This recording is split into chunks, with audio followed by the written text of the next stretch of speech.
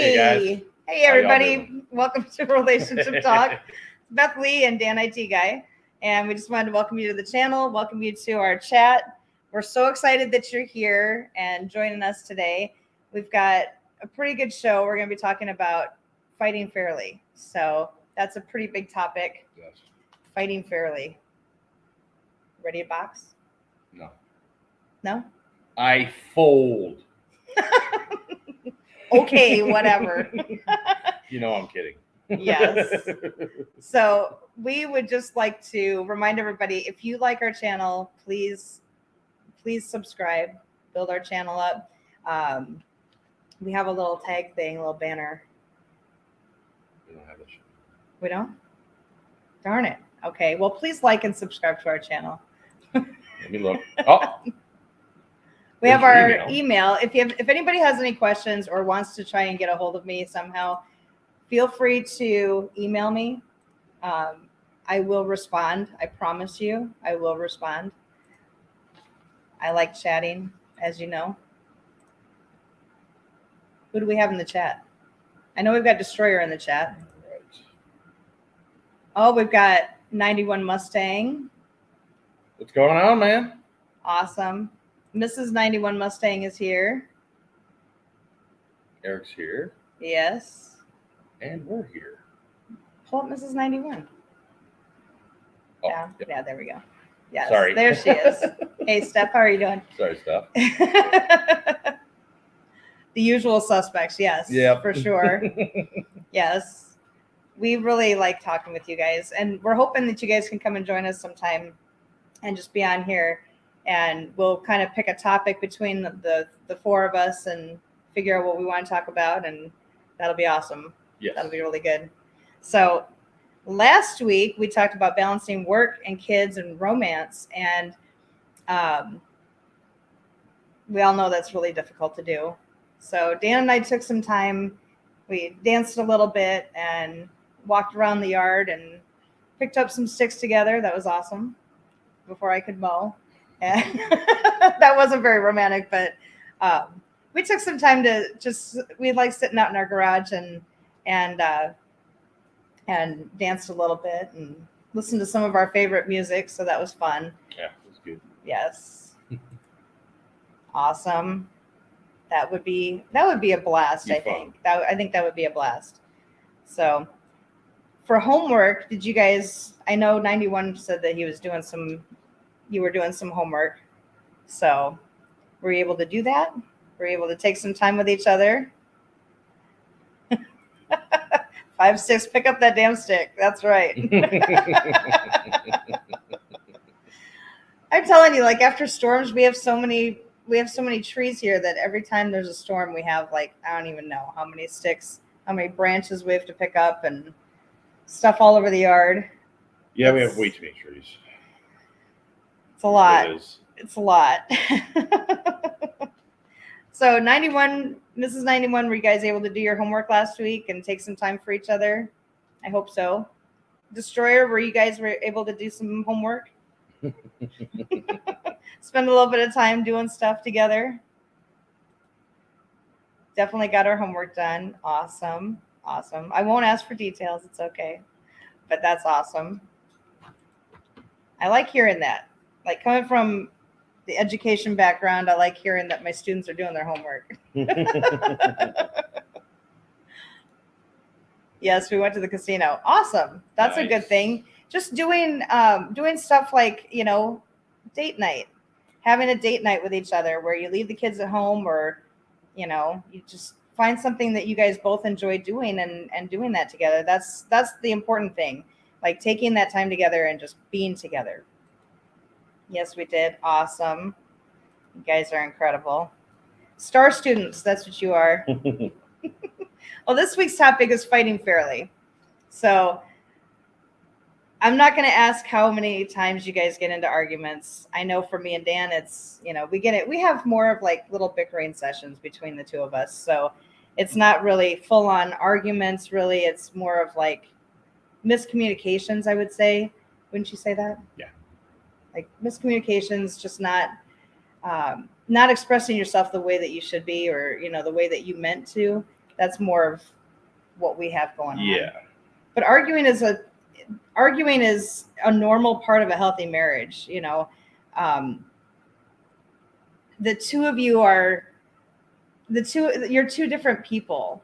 Like I remember when Dan and we had gotten married in my parents' backyard, and we wanted to have our marriage blessed in the church. So we had to go through all these hoops. We had to jump through all these hoops to get our marriage blessed in the church.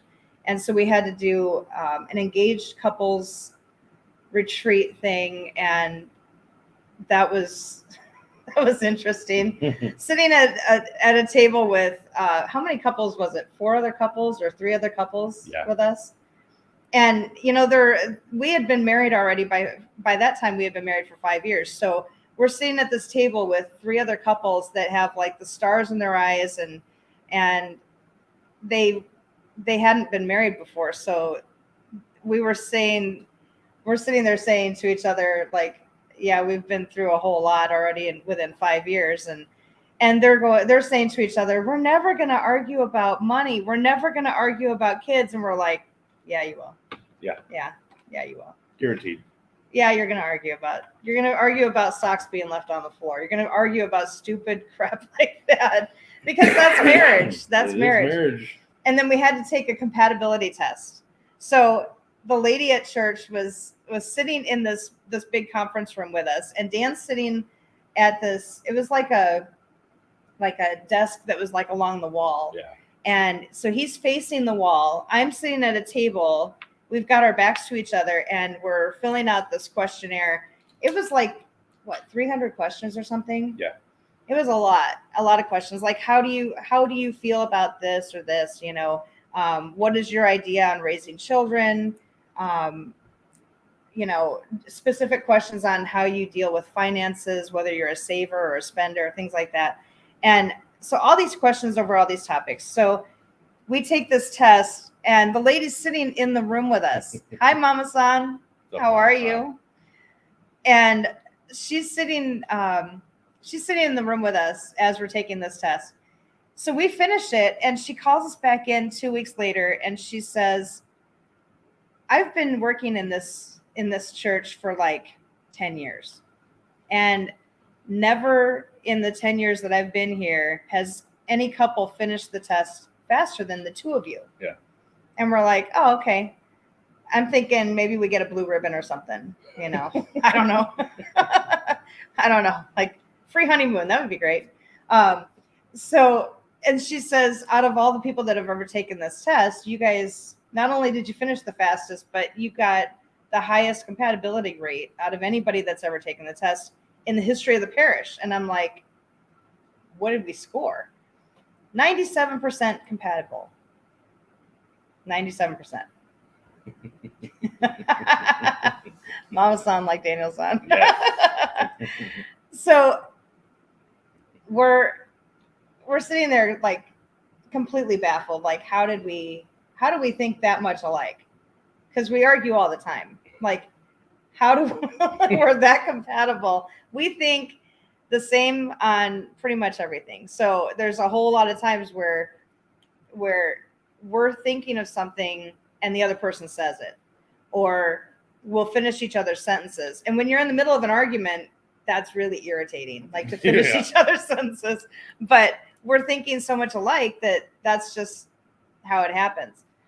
So we're like, yeah, that makes sense. We literally will have a fight, and it's because she says things a little bit differently than I do. So it's like we're fighting. We're both saying the exact same thing with different words. And neither one of us is really communicating with the other. And we're making the same point. It's crazy. We're fighting about the same point. So like we've figured out over the years, like different tricks to end arguments quicker because we do things so alike. And sometimes that's awesome. Sometimes it's really irritating, but we've figured out some tricks just from watching other people and then, you know, experiencing the arguments ourselves. It's not like we don't have like brawls, like big arguments, but it's irritations. Yeah. I Mostly. mean, Dan never gets irritated with me though. No. Because I'm perfect. Mm-hmm. I don't have any quirks at all. No. Yeah, right. What comments have we missed here? Let's go back up. Had reservations for Not dinner. touching that with a 100-foot pole. Good man. Dinner at an Irish pub. Yes, crazy tornado warnings caused them to close. Oh, you never got that steak. Man, I'm sorry. Sucks. We had some pretty crazy stuff going on here. Yeah, we had those same tornado warning. We didn't have a tornado warning here. We had a tornado watch, but we had swirling winds over our town, but that was pretty much it. We didn't really have anything, we didn't have anything major. It rained a little here, but that was about it. We didn't even get the high winds, so there's no branches on our ground. That's awesome. There's no winning. Nope. Well, I like to think that if you're trying to win an argument, you're losing. There's no winning an argument. No. If you lose, if you're trying to win at all costs, the relationship loses. So it's never a good thing. But over the years, we've realized that it's really, really important to resolve issues. There's certain things like little irritations that you don't need a big resolution over. It's like, hey, I'm sorry for, getting irritated, or I'm sorry for acting bitchy, whatever. And it's resolved. But for more important things, when we have had bigger arguments where we've, gone for the jugular with each other, then, you do have to resolve that. So resolving issues, we've realized, leads to peace within the relationship. Yeah. Yeah, you have to agree to disagree sometimes to just move on. That's a key right there. Such a key. Oh my gosh. I disagree. And we agree. We agree to disagree. We've come to that realization that sometimes we're just not going to agree on something, and that's okay. We're two different people. Like we were raised around each other since the time we were 7, but we're two totally different people. We think differently. We were raised by different parents. We have different ways of thinking about things, different ways of expressing things. We're two different people. So there's going to be arguments sometimes. And that's okay. That's okay. But trying to fight fairly, that's a key. It's important. It sounds like, one of those, what is it that I'm looking for? What's the word? Like an impossible dream, I guess. Yeah. Like to fight fairly, but hey, we've got Tim Windsor here. Awesome. You're good, brother. We're happy you're here, Tim. Thank you so much for coming in here. Thanks for showing up. Yes, we appreciate it. Thank you, everyone, for showing up, especially yes, and Mr. and Miss 91 Mustang, Tim Windsor. I mean, all of our good people. Yes, we love seeing everybody here in the chat, because that way we can kind of go back and forth with all of you. And the important thing here too is it's kind of one of those safe places for you to, talk about issues that you want to talk about, or talk about things that you have questions about, or give some advice to those of us that need it, because we still look for advice on our relationship sometimes. It's nice to hear how other people resolve things sometimes, because it gives you another avenue. Yes. And what's wrong with that? Let's get as many opinions as we can, because a lot of you guys are car guys, so you have tool belts. You have It's just one more tool to put in that tool belt. And yes, it does take a village. Yep. It does take a village for sure. But we've realized, fighting fairly, it takes a lot of respect. It takes communication. It takes sensitivity to your partner, and it takes ground rules. So I'm sure a lot of you have seen takes a village idiot. Yes. Sometimes, yeah. Sometimes we all have to admit we're idiots. That's a good thing. I am the village idiot. Don't let him fool you. No. So we used to watch UFC all the time, the Ultimate Fighting Championship. Mm-hmm. And before each match, they bring the two fighters together in the center of the ring, and the referee talks about the rules. So same as in a boxing match, they talk about the rules. And arguing with each other is kind of like verbal sparring. You're getting into this, you're getting ready for a sparring match, really. Yeah. So you need to have ground rules. That's a good thing to have ground rules. One of the ground rules we picked up on early on in our marriage was, if an argument is getting a little heated and it's getting late at night, we go to bed. We don't. Oh, your green tea is. Let's show the background. That's so funny. I saw that. That's cool. Sorry. The green screen's on there. That's cool. He's So anyways. That way you can't tell what kind it is. So anyways, where was I going? Lipton. Oh yeah. Huh? Lipton. No, that's not Green where I was tea. going. Watermelon flavor. I'm getting confused. Okay, so anyways. So we would have arguments that would start after the kids would go to bed, because we didn't want to argue in front of the kids. We wanted to, just put things aside until, a little later. And usually we'd be in our room and we'd start a discussion. And if it was getting too heated or it was getting too late, we would go to bed. Staying up and fighting it out, it doesn't help. No. It's I mean, detrimental. I don't know. Some people, that's the way they have to do it. They don't. I don't know. For me, I'd rather get some sleep. I'd rather get some sleep. And I'd rather have a little time to cool off. Yes. Gain some perspective. Yes. Try and figure out, okay, what point was he trying to make? Did I overlook something? Yeah. Am I being bullheaded? Because sometimes I am bullheaded. Don't say a word. I didn't say nothing. Oh no, he knows I am. I'm bullheaded too, so Yes. I didn't say a word. No, there's a lot of times where you kind of dig your heels in and you're trying so hard to make your point, and there's no resolution coming that night, and sometimes you just have to go to bed. Yep. And get some sleep, gain a little bit of perspective on what the other person's trying to say, because sometimes you're just not going to figure that out that night. Yes, you are, Tim.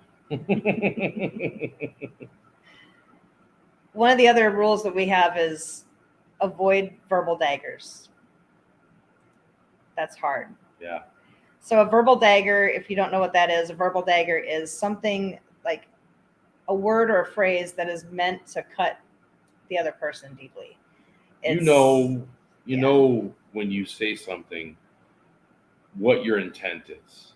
If your intent is to basically stab somebody and make them feel hurt, yeah, because you've been hurt, you need to think about it for a minute. Yeah. You got to realize that you've been hurt and that you don't want to overreact and make things worse. Yeah. And it's really easy to pick up those daggers and start and just chuck them. That's the easy way out. Yes, it's the red button. It's not the quick way out. It's not the good way out. But we've fallen into that where we've thrown verbal daggers at each other, and it gets really hurtful. Yeah. It gets really hurtful because we've known each other for so long, and you guys with your spouses, you've known each other for a long time, and those trigger words that are going to hurt the other person. Those You know those just what to say. Yes, those little buttons to push that are going to set the other person off. And I know we've been guilty of it quite a few times, and we've come to the realization that we need to, point it out, like that was a dagger, and we go back and forth where we're both being silly and and hurtful and saying, no, that wasn't meant to be a dagger. Yeah. It was. We both know it. Passive aggressive. Yes.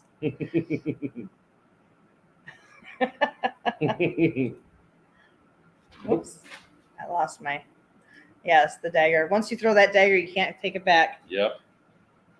There we go. So, yeah, once those words fly out of your mouth, you can't pull them back in. It's not like a fishing line where you throw it out and you pull it back in.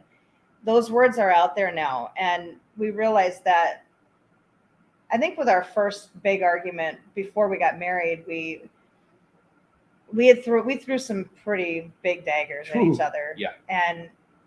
And once those words are out there, you can't take them back. You can apologize and you can put a Band-Aid on it, but those words are out there now. You've said them.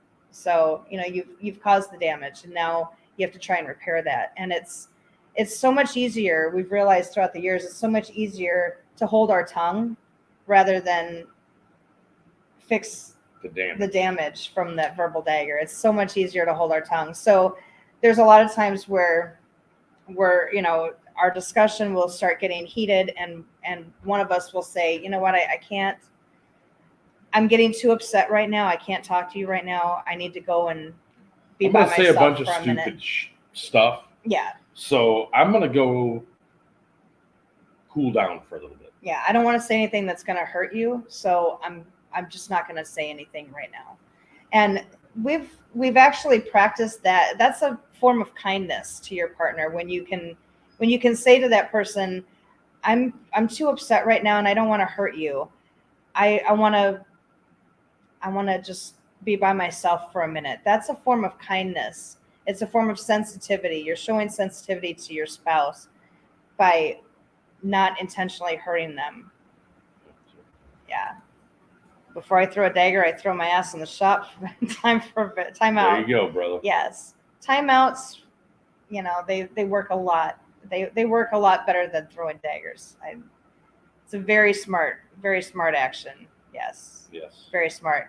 There's a lot of times where we spend a lot of time in our garage, and there's a lot of times where I'll get up and say, I can't continue this conversation right now. I need to go inside the house. So once we both calm down, then we can continue the conversation. So another tip is avoid bringing up the past. I grew up with my mom doing this all the time. My brothers and I we would get laughing. Whenever our family gets together, we would get laughing because my mom was a wonderful lady. She was incredible, but she had this habit of 3 or 4 hour lectures where she would bring up every single thing that you've ever done wrong and throw it in your face. And I decided when I was probably a teenager, I don't ever want to do that. If it's not related to what you're talking about, to the issue that you're talking about, there's no reason to bring it up. It doesn't have any bearing on the conversation you're having right now. So there's no use in bringing it up. So we don't do that at all. Like, we don't bring up the past at all. What's in the past has already occurred. We've already reconciled about it. We've already resolved it. Don't need to bring it up. Don't need to bring it up. Very fortunate we haven't gotten into any major arguments, just a few minor disagreements. Talked it over and resolved quickly. Yes, that's a key right there. Talking it out when it's first an issue instead of letting it build up. Yes. So many arguments could be avoided by just resolving it quickly. Minor disagreements, talk it over, resolve it. And that's what we have going on right now with us. It's like a minor things, little minor issues. Usually, yes. Yeah. And we talk it over, and within 5 minutes, okay, well, that's done.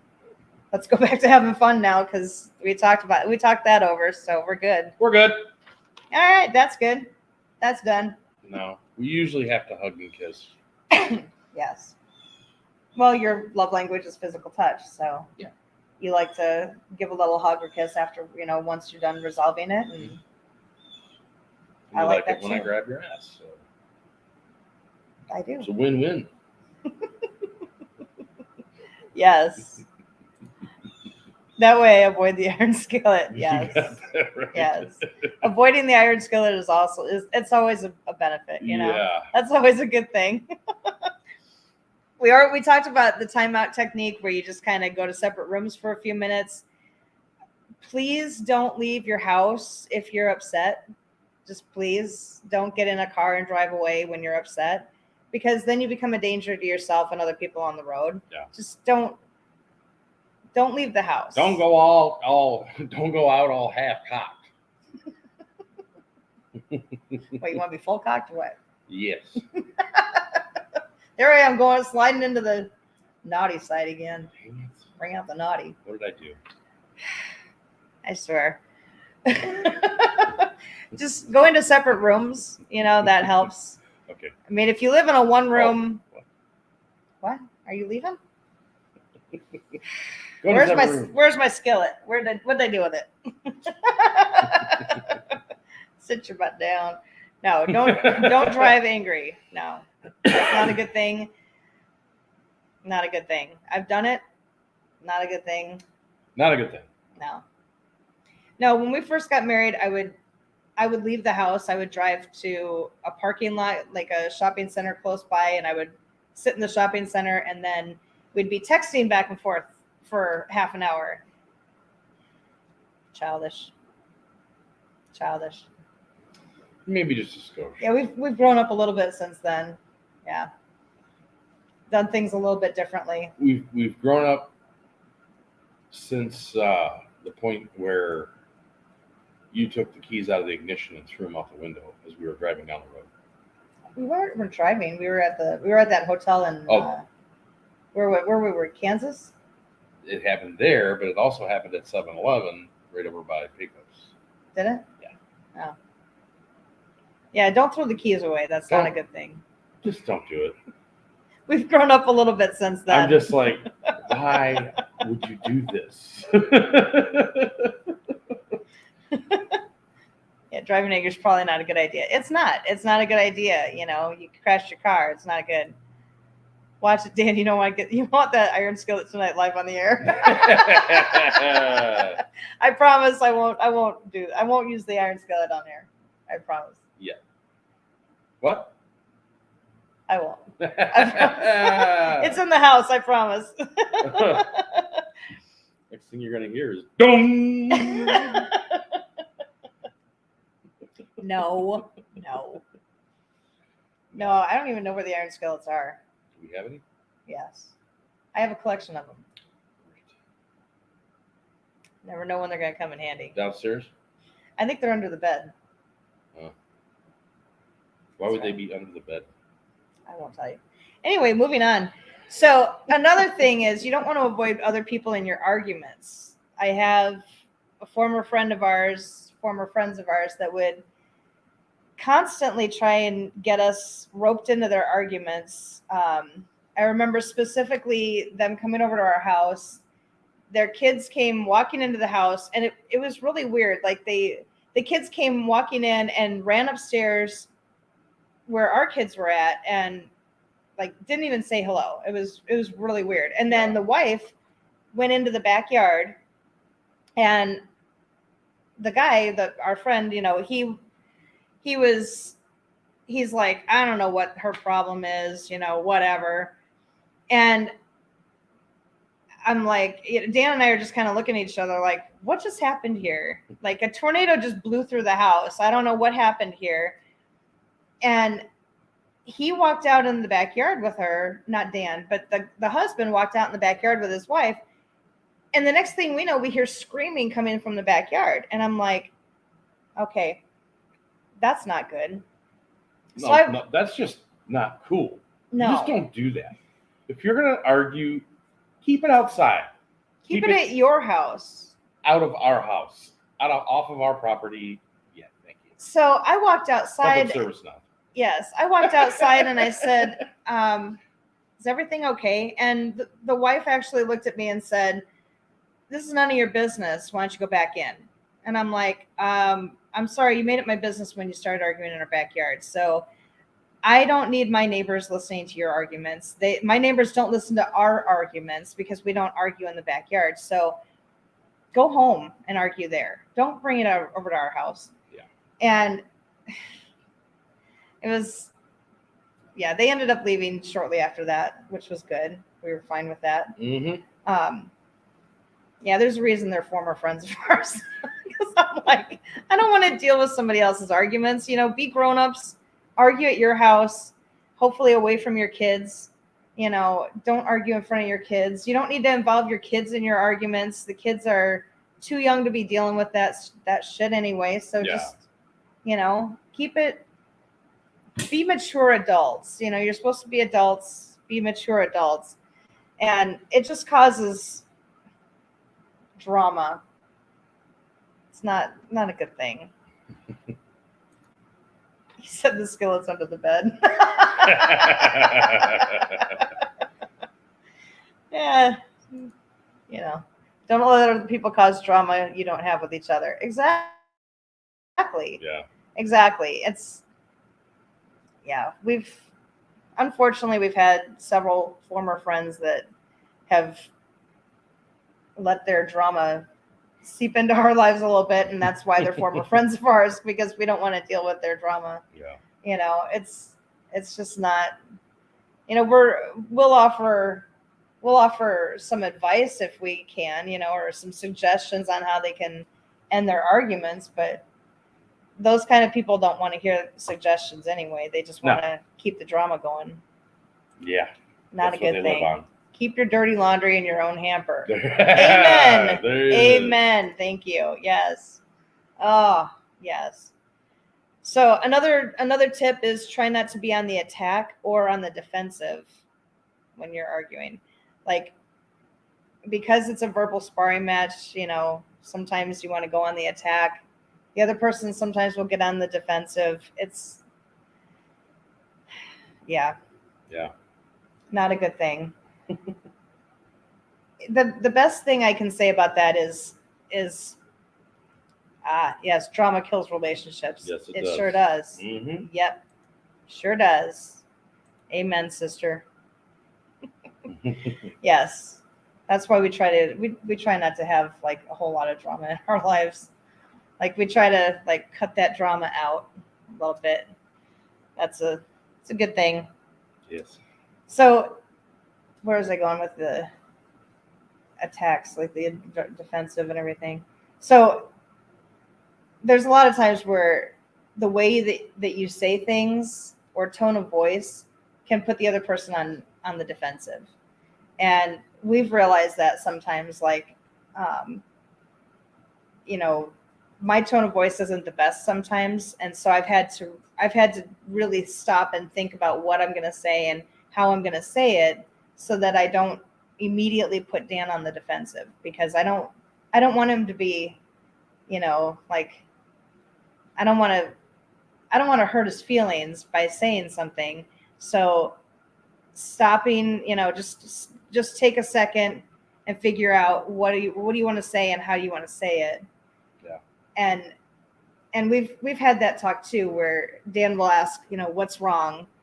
And I'm like, I just need a few minutes to figure out how I want to say something to you, because I don't want to say something hurtful, and I don't want to say something that you're going to take offense to. So, right. Dan's the love of my life, and he's my best friend, so I don't want to intentionally hurt his feelings. I don't want to put him on the defensive. Yeah. And one of the things that we've realized too is anytime that you get into an argument, you both have points you want to make, and they're both valid points. And so really trying to listen to each other and try to figure out what point is Dan trying to make? You know, what is it that he's trying to say? And for him to do the same thing with me, that shows an incredible amount of respect, you know, to be able to listen to one another and take each other's opinions to heart. So Yes. turning off distractions is another tip. Turning off those phones, turning the TV off. Having a discussion when the kids are not around, you know, maybe when the kids go to bed, you know, making sure that they're not in the room. That goes hand in hand with not involving the kids in your arguments. Waiting until you can have a few minutes where you can Sneak downstairs and go out in the garage. Right. And talk to each other. And whisper, yell at each other.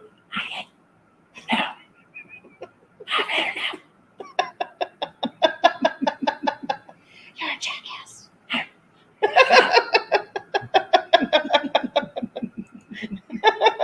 The whisper war. Saying what's your point doesn't work. Yeah, no. No. That would kind of go along with tone of voice and trying to keep sarcasm out of the argument. I'm really bad with sarcasm. Oh my goodness. Really bad with it. And yeah, try to keep sarcasm out. It's not good. Sarcasm. Pick your battles. This was hard for us when we first got married because we like I think we talked about it like when on the first show where we were talking about getting together, and we had some arguments that started over the stupidest things. Mm-hmm. You know, clothes on the floor, or you know, I don't even know, like just stupid stuff. You know, closing cabinet doors. Pushing the chair in. You have to learn how to pick your battles. It's you have to think to yourself, is this issue gonna be important in 5 years? Is this really worth arguing about? Now, if you're having a discussion about how you're gonna spend your money, or you know what you're going to invest your time in, or hey, I really want to buy this car and work on it, that's an important issue to try and resolve. That's something that you want to have a discussion with and really resolve that, come to an understanding between the two of you. Leaving your socks on the floor and arguing about that, not important in 5 years. No. Unless there's 5 years worth of socks laying on the floor. That's true. Then that's an issue. That's more like, yeah, then that's an issue. You can pick your friends. You can pick your nose. But you can't pick your friend's nose. Well, you could, but they probably won't like you anymore. It's not recommended. Or can you? No. You don't want to do that. That's not good. That's not good. You shouldn't. We'll just say that. Right. No, picking battles, we had to really, that's like a maturity thing, you know, picking your battles, like learning that, you know, it's only really fighting when something's really wrong. Right. And one of the things that helped us was actually Dan working in another state for 2.5 years. Yeah. Because absence makes the heart grow fonder. Well, we realized that some things just aren't worth arguing about. So when he would come home for those 4 days out of the month, I didn't want to argue with him about, you know, stupid stuff. I wanted to spend time with him, and, you know. We were trying to have a baby at the time. Come on, you know. But we were trying to stop it. What? Put your hands down. Stop it, sir.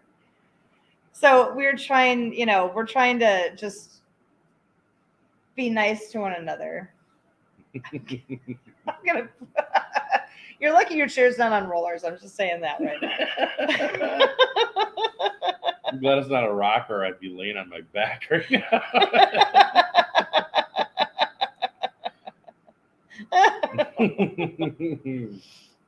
Old SNL skit story. Yes. Don't be so picky. You're so snotty.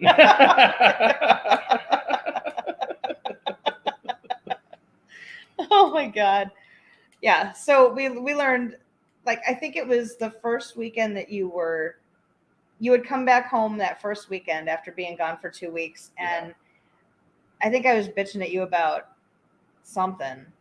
I don't even remember what. I wasn't there. How hard it was to try to take care of the kids. No, it was something myself. stupid. It was, I don't remember. You probably left a cabinet door open or something. And I'm like, do you have to really leave these cabinet doors open? I guarantee Seriously? you it was, I left a freaking chair out somewhere. Probably. And, I'm complaining about something stupid. And he went to leave that following morning, and he was really upset because we were bickering with each other pretty much that whole weekend. We never really got to spend any time together. And he drove away, drove all the way to New Mexico from Arizona. And he called me that night and he said, I have to be gone for 2 whole weeks. That's not fair to me to have an argument like the whole weekend that I'm there and just be complaining about stupid shit that, that doesn't mean anything. We didn't even get to spend any time together, like laughing or having fun of any kind. Or any kind of romance or anything, and he's like, that was really shitty. And so I made a brief apology and then, went to sleep. Like, we got off the phone that night and I just kind of laid there thinking that was really shitty on my part.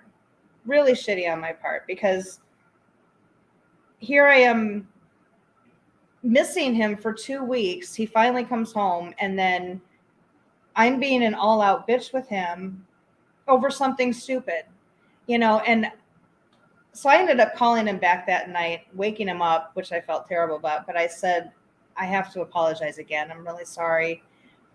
I can tell you right now that's not going to happen again. When you come home the next time, I'm not going to be Miss Picky. I'm not going to be arguing about stupid stuff.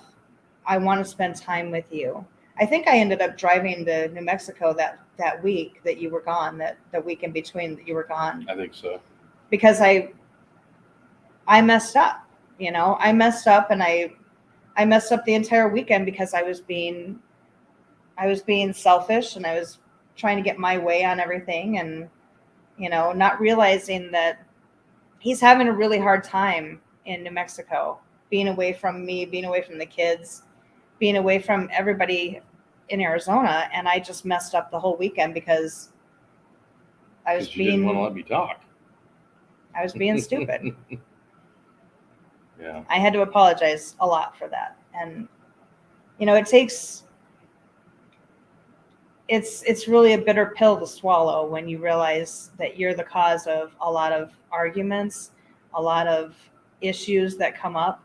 Because I admit, a lot of arguments that we had when we were first married, it was my fault because I was being immature. I was self-sabotaging a lot. I was being a dumbass too. Well, we both were. But it's a bitter pill to swallow when you realize that, that you could have been more understanding, or you could have been more patient, or you could have been more selfless. And that's a bitter pill to swallow, Yeah. To have to apologize because he's such a great guy. And why would I want to lose him over, him not closing every cabinet door in the house? And why would I want to lose her? Just because whatever, Yeah. We've come to a lot of realizations that we've both been petty. Yes. We've both been impatient. We've both been selfish. We've both been uncaring, and it's those times where it's times where we've sat back and, just on a regular day, just sat down and started really talking about our relationship and realizing, I have to apologize because I was being a jerk. I was not being kind. Yes. Love is patient and love is kind. Yes. Yeah. And just being able to, like, if you have a Bible at your house and you can pull up 1 Corinthians, where it's talking about love is patient, love is kind. If you can put your spouse's name in there instead of the word love, Dan is patient, Dan is kind. And then see if he can do the same for you. Tracy is patient. Tracy is kind. Sometimes not. And think about that for yourself. Like, can Dan put my name in place of that word love? Can he do that, honestly? If not, where can you make those changes? How can you become more patient? How can you become more kind? How can you become more forgiving? How can you become, whatever? How can you be a better person? How can you be a better spouse for the person that you married? And that's where you can really take that inward look at yourself and start using, like, making a ground rule for yourself that, okay, I'm going to take a few minutes and I'm going to calm down because I don't want to hurt Dan. I don't want to say something that's unkind. That was in our vows. Nice. Yes. And I think we had that reading at our wedding too. We had that reading at our wedding so that we can, and we look back at that too. We have that it's like a picture of that verse on our wall so that we can see it. It's not just decoration. It's a reminder. It's a reminder to us that, it's a reminder to us to be kind to one another, to be patient with each other, to be loving with each other, to forgive one another. Yeah. It's a reminder. Yes. Putting that in your vows, even reading it once a week together, just sitting down and looking at it, even if it's not once a week, once a month maybe, or even if it's just on your anniversary, pulling that verse out and looking at it, pulling up your vows. Pulling it up when it's needed. Yeah. Yeah, when you're not picking your battles and you're thinking,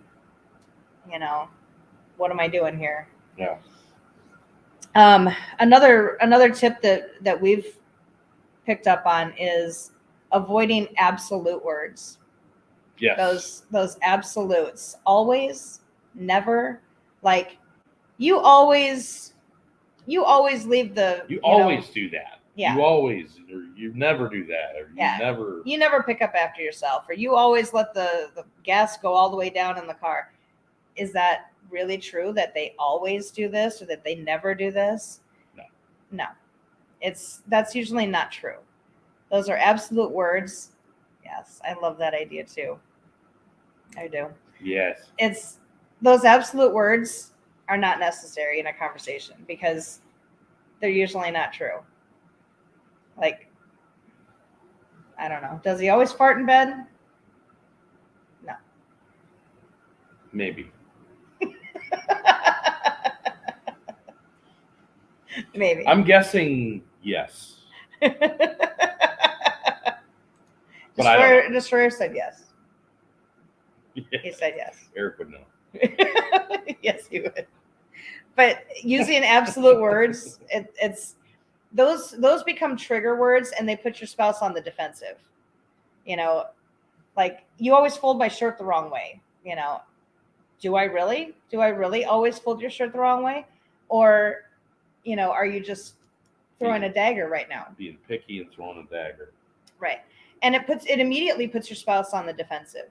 Immediately. And you want to try to avoid that. We talked about that. You want to try to avoid that. Another tip that we have is try to understand that you both feel that you're right when you're in an argument. You both have points you want to make. You both feel 100% in the right. And do you really want to tell your spouse, no, you're absolutely wrong? No, you're wrong. No, that's probably not a good idea either. Just immediately telling your spouse, no, you're wrong, I'm right. You're wrong, I'm right. Not a good idea. No, that doesn't really go along with creating a bond of love, just automatically telling your spouse, no, you're wrong. You're wrong. My dad used to have this t-shirt that said, I'm with Miss Right. And on the back of it, it said, I just didn't realize her name was Always. And Yes. Yeah. Yes. Just try to listen to the other person's point of view, because like we've discovered, usually our points of view are the same. We're just using different language. Nothing. We're arguing over semantics. That's what we're doing. Semantics. We're arguing over semantics. I'm big into semantics. No, it's potato. No, it's patata. We argue over semantics all the time, which is stupid. It's stupid. But we've gotten away from that. Yeah, we try not to. And like battles of semantics never turn out well. No. Not for anyone involved. No, it's not good. Try to remember you guys are on the same team. Yes. Whether you're dating each other, whether you're married to each other, you're on the same team. You're supposed to be each other's best friend. Yes. Obviously, at some point, you were each other's best friend, and you decided that you liked this person so much that you wanted to spend the rest of your life with this person. Why was that? That's what you got to think about. You got to remember the little girl with seven-year-old little girl with googly eye glasses. And what I'm about to say, is it going to hurt that little girl?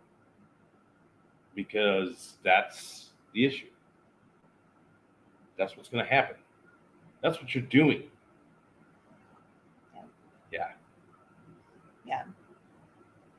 And just trying to remember that you're on the same team, that really helps with a lot of arguments. Yes. If you're on the same team, can the team win if the teammates are arguing all the time? No. Nope. No. There is no I in team. No. Teamy maybe, but not team. There is me in team. There is me in team. But there's also no T in team. There's also mate in team. There's mates in team. Hey, we can go at this all day. There's eat in team. Okay. There's meat in team. Okay. So anyways. Yes, I'm an idiot. Now that we've gone through all the anagrams, there's an E in team. My big black truck is the answer. Yes. Okay. So, yeah, just trying to remember that you're on the same team, and the team is not going to be successful if you're fighting all the time. So you're not going to win whatever sport or contest if the team's fighting, if the teammates are fighting. Yes. So you got to try to remember that. How we met that is.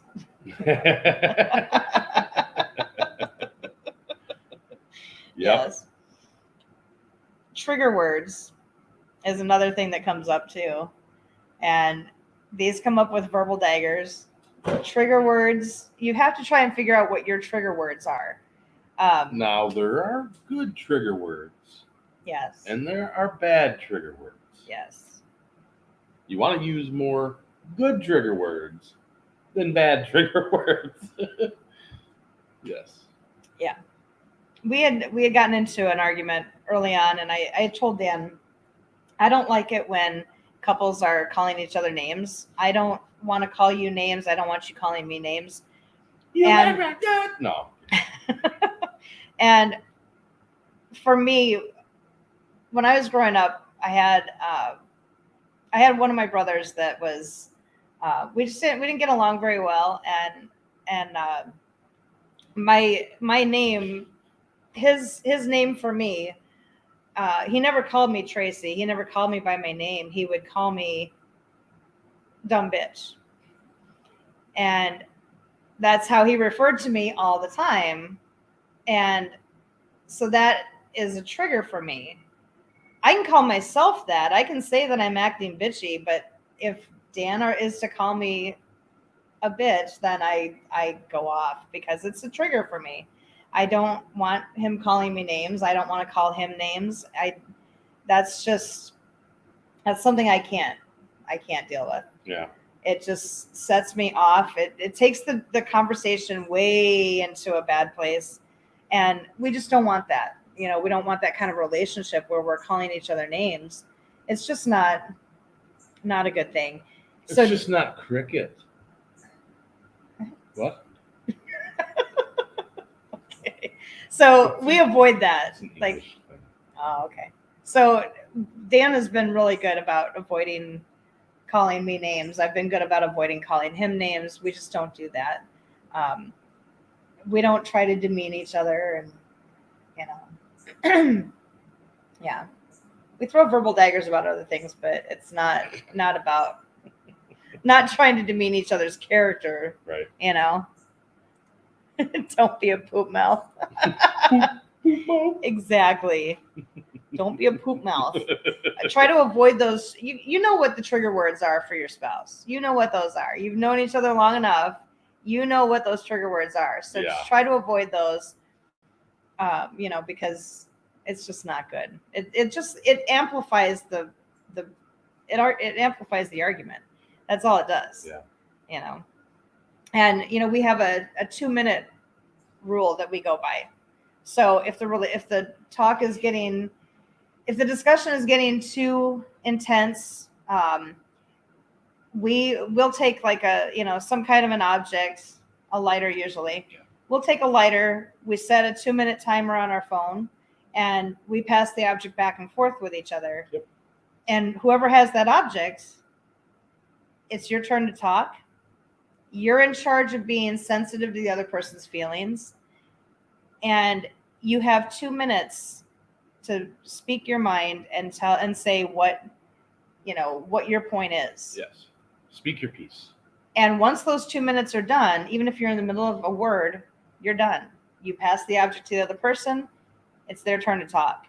And that has worked really, really well for us. Usually by the third or fourth time that we pass the object back and forth, we don't need to we don't need to set the timer anymore because now we're actually listening to each other. Yeah. So that helps a lot. So I think the one thing that we kind of go by now is, do you want to be right or do you want to be happy? Do you want to be right or do you want to be married? Yeah.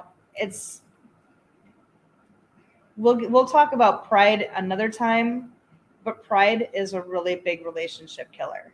And if you're going to be married, you need to take that pride and get rid of it. Pride, selfishness. Yeah. Yes. So do you want to be right or do you want to be happy? Yep. So,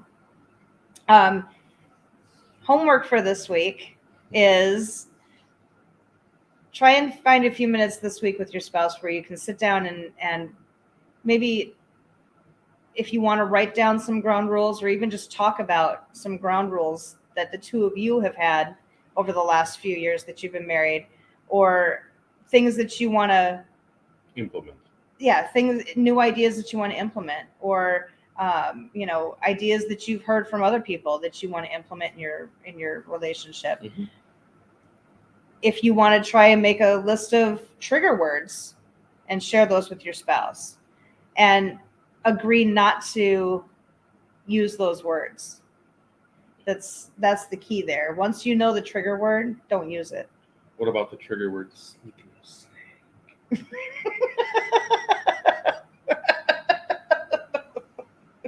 Works every time.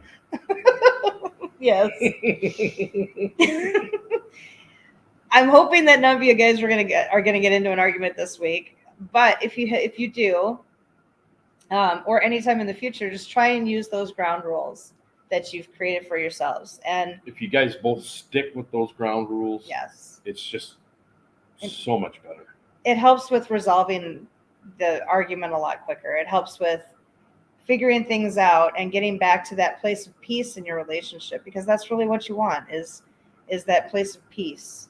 Yes. And just being able to coexist happily together. That's important. Yes. Yes. So, and on that note, yes. So do your homework this week, and we can't wait to talk to you guys next week. We love you guys so much. Thank you so much for watching. We will see you next week. Love-